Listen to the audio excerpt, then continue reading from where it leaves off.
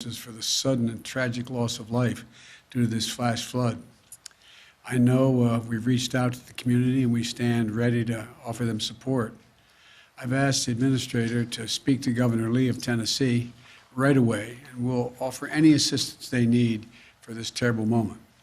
Let me also say a few words what was now tropical storm, not hurricane, Henri, which made landfall at approximately 12:15 this afternoon in Rhode Island. Henri is impacting much of the Northeast right now, and I want to talk about our efforts to prepare and respond to this storm. We have been closely monitoring Henri's progress and making the necessary preparations. Fortunately, it's no longer a hurricane. It's been downgraded to a tropical storm. And we are taking it seriously, though, because the size and the storm surge and the rainfall is producing. It's also impacting an area of the country that has already experienced heavy rainfall over the past several days. And while New Englanders are used to dealing with some tough weather, this storm has the potential for widespread consequences across the region with significant flooding and power outages that could affect hundreds of thousands of people. And so we're doing everything we can now to help those states prepare, respond, and recover. I can't think of anyone better to lead this operation than Deanne Criswell of FEMA. Before she headed up FEMA, she led the emergency response in New York City, and she was one of the key federal officials leading our response to Superstorm Sandy. She knows this area very, very well and knows what's needed better than anyone. Yesterday, I talked with the administrator and each of the governors in the key states most likely to be affected. I urged them to take advantage of the assistance FEMA can offer in advance and committed to do everything we can to support their communities through the storm and afterwards. FEMA has already pre-positioned resources in the region to speed our ability to respond, including food, water, and life-saving communications equipment, as well as generators. In close cooperation with the electrical sector, preparations are in place to address significant power outages, and resources and supports is staged at the edge of this storm to be able to move quickly in to help. Thousands of additional line crews and vegetation clearing crews from other states and from Canada are already heading toward the impacted states in New England, ready to serve and move in as soon as is feasible. They'll clean up fallen trees, help local utilities repair damaged lines, and restore electrical service as fast as possible. And I want to thank these crews for their commitment to helping their fellow citizens in time of need. I've already approved emergency declarations for Rhode Island, Connecticut, and New York, which activates funds and means we can get in there and help as soon as this extreme weather has moved through. We don't know the full extent of the storm's impact today, but we're acting to prepare for and prevent damage as much as possible and to speed help to affected communities so they can recover as quickly as possible. I also want to encourage everyone to do their part to prepare. Follow the guidance from their local authorities. Some places have already had heavy rains and winds and dangerous storm surges. Henri is going to continue to move across much of the Northeast, so it's important to monitor it closely and be prepared in your home, in your community. Make sure you have the supplies for your entire household, including necessary medications and food, water, battery-powered radios in case of extended power outages. And don't forget that you may need to seek shelter while you're battling the Delta variant and COVID-19. So wear a mask and try to observe social distancing. And to everyone across the country, don't get caught by the next storm. Get vaccinated. Get vaccinated now. Protect yourself and your family against COVID-19. It's going to be a vital part of emergency preparedness this year, for the remainder of this year. Now let me turn to Afghanistan. I've continued to make progress since I've spoke to you on Friday. We have moved thousands of people each day via U.S. military aircraft and civilian charter flights. In a little over 30 hours this weekend, we've evacuated an extraordinary number of people, as I will detail in a minute, about 11,000 individuals. That number will change day to day as the air and ground operations in Kabul vary. Our first priority in Kabul is getting American citizens out of the country as quickly and as safely as possible. At my direction, the State Department continues to reach out to the remaining Americans we have identified by phone, email, and other means to ascertain their whereabouts and their plans. We're executing a plan to move groups of these Americans to safety and to safely and effectively move them to the airport compound. For security reasons, I'm not going to go into the detail of what these plans entail, but I will say again today that I have said before, any American who wants to get home will get home. We've also been evacuating the citizens of our NATO allies and our partners, including their diplomats, their embassy staff, who remain in Afghanistan, and to get them back to their homes as well. And as we do this, we're also working to move our Afghan allies who stood with us side by side and other vulnerable Afghans, such as women leaders and journalists, out of the country. As of this morning, we have evacuated nearly 28,000 people since August the 14th on both U.S. and coalition aircraft, including civilian charters, bringing the total number of people we've evacuated since July to approximately 33,000 persons.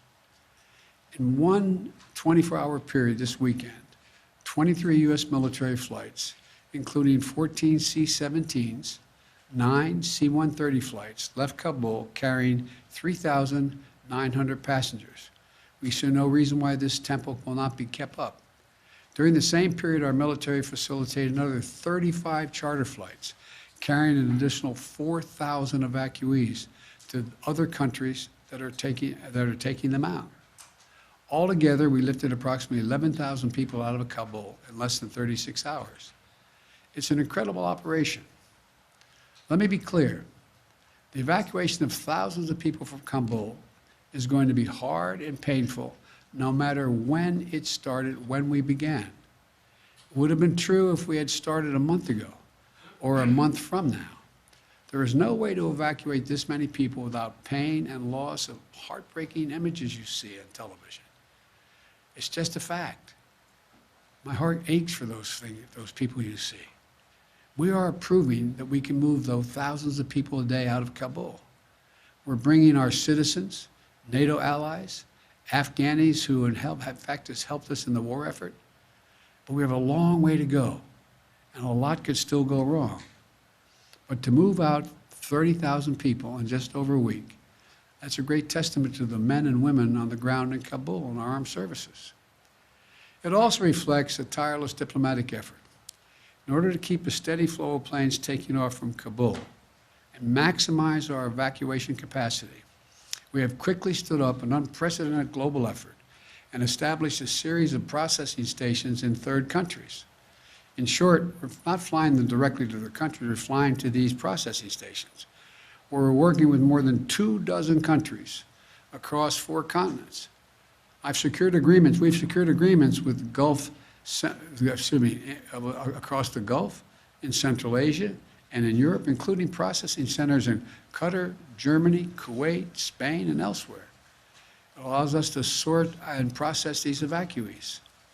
These transit centers provide a safe place for the SIV applicants and other vulnerable Afghanis and their families to complete their paperwork while we conduct security screenings and background checks before they continue on to their final destination in the United States or in another country, one of our NATO allies as well.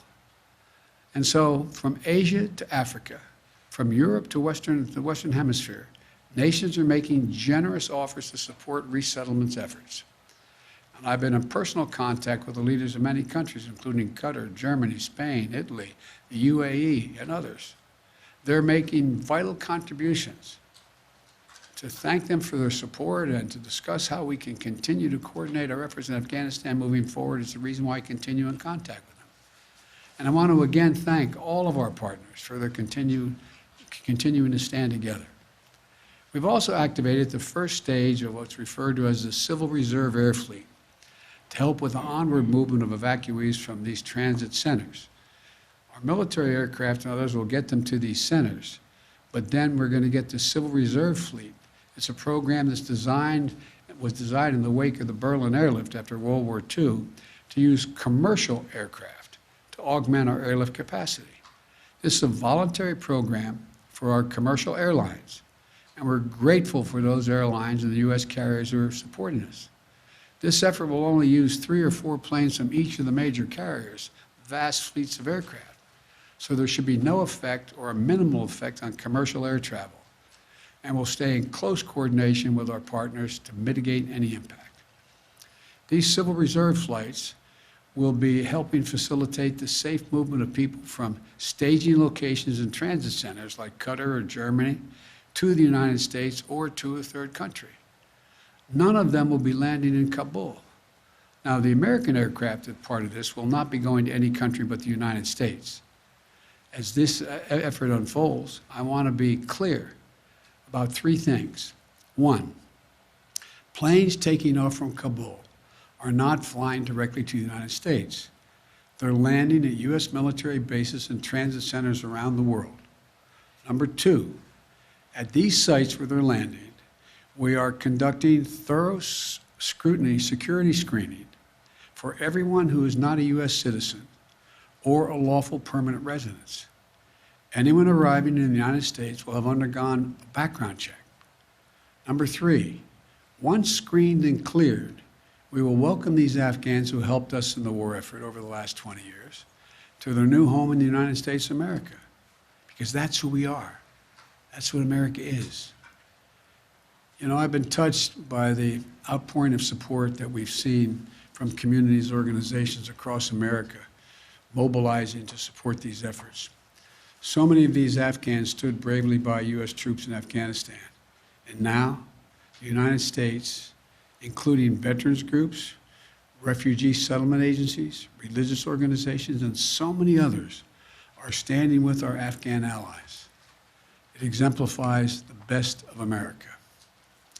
And I want to say again just how difficult this mission is and how dangerous the dangers it poses to our troops on the ground. The security environment is changing rapidly. There are civilians crowded at the airport, although we've cleared thousands of them. We know that terrorists may seek to exploit the situation and target innocent Afghans or American troops. They're maintaining constant vigilance we're maintaining the constant vigilance to monitor and disrupt threats from any source, including the likely source being ISIS-K, the Afghan affiliate referred to as ISIS-K. But we're under no illusions about the threat. I said on Friday, ISIS-K is a sworn enemy of the Taliban, and they have a history of fighting one another. But every day we have troops on the ground. These troops and innocent civilians at the airport face the risk of attack from ISIS-K from a distance, even though we're moving back the perimeter significantly. We're working hard and as fast as we can to get people out. That's our mission. That's our goal. And our determination to get every American citizen home and to evacuate our Afghan allies is unwavering. We continue to see not only the enormous scope and scale of the effort, we will see the individual lives that are affected, the families that are desperate to get home to their loved ones in America, the communities of veterans who have mobilized to try to help their former interpreters get to safety, the frightened Afghans who aren't sure what to do. To state the obvious, it's heartbreaking. We're all seeing it. We see it, we feel it. You can't look at it and not feel it. Nothing about this effort is easy, but the women and men of the United States Armed Forces are acting bravely and with professionalism and with a basic human compassion. I want to offer my profound thanks to our service members on the ground in Kabul and to all those at U.S. bases around the world who are welcoming and caring for these evacuees. And to all the diplomats and civil servants who are working around the clock to rescue American citizens, the citizens of our allies, our Afghan partners, vulnerable Afghans such as women leaders and journalists. What we are doing is extraordinary. And you have to think of all they're doing. Thanks to the people who from all over the world who are helping this effort. So I want to thank you, and I'll keep you informed every day as we move forward. May God protect our troops and our diplomats and who are serving in harm's way. Now I'll take a few questions. Darlene from the Associated Press. Mr. President, thank Yes. you. We're 9 days away from the August 31st deadline. Will you extend that deadline, or what is your thought process on extending the evacuation operation? There's discussions going on among us and the military about extending. Our hope is we will not have to extend, but there are going to be discussions, I suspect, on how far along we are in the process. Mr. President. Mario Parker, Bloomberg. Thank you, Mr. President. Just to piggyback off the August 31st deadline, you told the G7 in Cornwall you promised them support back in June. If they ask for a larger or a longer American presence past the August 31st deadline, what will you tell them on Tuesday, sir? I will tell them that we'll see what we can do. Look, we are working closely with the G7. I've spoken with most of the leaders of G7. I'll be doing a conference with them, I think Tuesday, I'm not certain. And we'll have that discussion. But we already have helped get out diplomats from other countries. We've already helped get out citizens from other countries, and we'll continue to do that. And Mr. President, it sounded like you've extended operations into Kabul outside of the airport. Is that correct? What I'm not going to do is talk about the tactical changes we're making to make sure we maintain as much security as we can. We have constantly, how can I say it, increased rational access to the airport where more folk can get there more safely. It's still a dangerous operation, but I don't want to go into the detail of how we're doing that. Mr. President. Andrew from the Wall Street Journal. Thanks, Mr. President. Our reporting on the ground shows that Afghans with the proper paperwork are still having trouble getting to the airport. Some say they feel abandoned by the U.S. U.S. embassy staff still haven't. Some U.S. embassy staff that are Afghan haven't been able to make it into the airport as well. Why isn't the U.S. doing more to allow Afghans into the airport, to ensure access to the airport? And are you still opposed to setting up an extended perimeter around the airport to help ease that access? Number one, I think you're going to see they're going to get out. Number two, we have made a number of changes, including extending access around the airport and the safe zone. And we've done a number of things, again, I don't want to get into detail about, but the fact is that more and more of the groups we urgently want to get out of Afghanistan, starting with American citizens and the folks who worked in the embassies and personnel with our allies, as well as the Afghans who helped them and worked in those embassies, as well as those who helped them on the battlefield as well. We are working diligently to make sure we've increased the ability to get them out. We've changed the gate operations and a whole range of things, and that's why we've been able to significantly increase the number of people we're getting out. And will the Taliban agree to an extension past August 31st? Have you discussed that with them? We've discussed a lot with the Taliban. They've been cooperative in extending some of the perimeter. That remains to be seen whether we ask that question. Ed, fire away. Yes, I want Mr. you President. jumping Actually, over that. following up on Andrew's question, because the United States is now negotiating with the Taliban over airport access and such, do you now trust them? And then a question on the public response. A new poll out today shows Americans wanted to withdraw from Afghanistan, but they disapprove of the way you've handled it. Poll also found that based in part on what's transpired in the last week, a majority of Americans, and forgive me, I'm just the messenger, no longer consider you to be competent, focused, or effective in the job. I haven't seen that poll. It's out there from CBS this morning. What would you say to those Americans who no longer believe that you're up to the job? I had a basic decision to make. I either withdraw America from a 20-year war that, depending on whose analysis you accept, cost us $150 million a day for 20 years or $300 million a day for 20 years, who, and you know I carry this card with me every day, and who, in fact, where we lost 2,448 Americans dead and 20,722 wounded. Either increase the number of forces we keep there and keep that going, or I end the war. And I decided to end the war. As I said the other day, you know, the only reason we're in Afghanistan is this is the place from which bin Laden attacked the United States of America. Had this been in another Middle Eastern country where he could have easily have moved from, we would have never gone to Afghanistan. So the question is, when is the right time to leave? What are our national interests? Where do they lie? And the idea that we are in a situation where we can not recognize that terrorism has metastasized around the world, and the need for us to focus on other parts of the world which create an even greater danger of an al-Qaeda-like operation beginning, can't be ignored. And we are, as you well know, because you follow this, we are a number of places where we're doing that without permanent basing American forces there. So I think when this is over, the American people have a clear understanding of what I did, why we did it, and but look, that's the job. My job is to make judgments. My job is to make judgments no one else can or will make. I made them. I'm convinced I'm absolutely correct in not deciding to send more young women and men to war for a war that, in fact, is no longer warranted. On the question of the Taliban, though, do you trust them now that you have to negotiate with them? I don't trust anybody, including you. I love you, but you know, there's not a lot of people I trust. Look, the Taliban has Taliban has to make a fundamental decision. Is the Taliban going to attempt to be able to unite and provide for the well-being of the people of Afghanistan, which no one group has ever done since before, for hundreds of years? And if it does, it's going to need everything from additional help in terms of economic assistance, trade, and a whole range of things. The Taliban has said, we'll see whether they mean it or not. They're seeking legitimacy.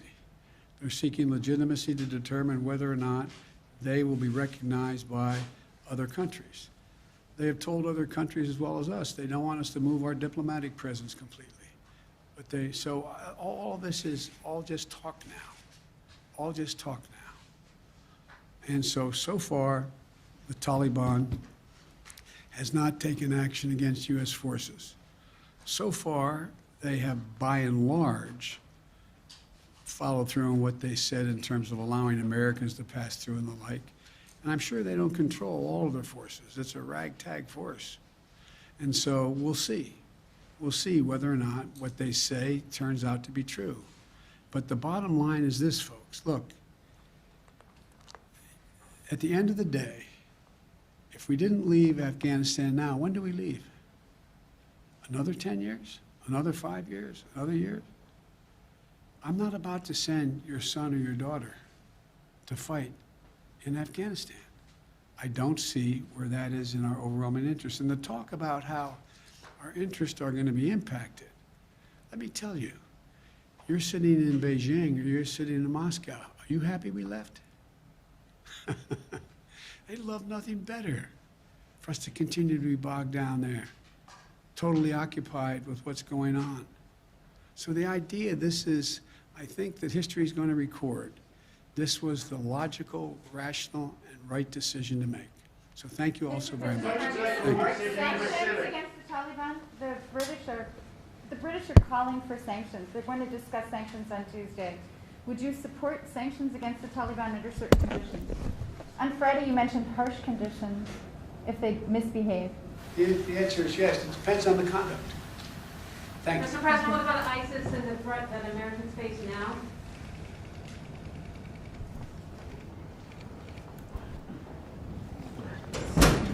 It's okay.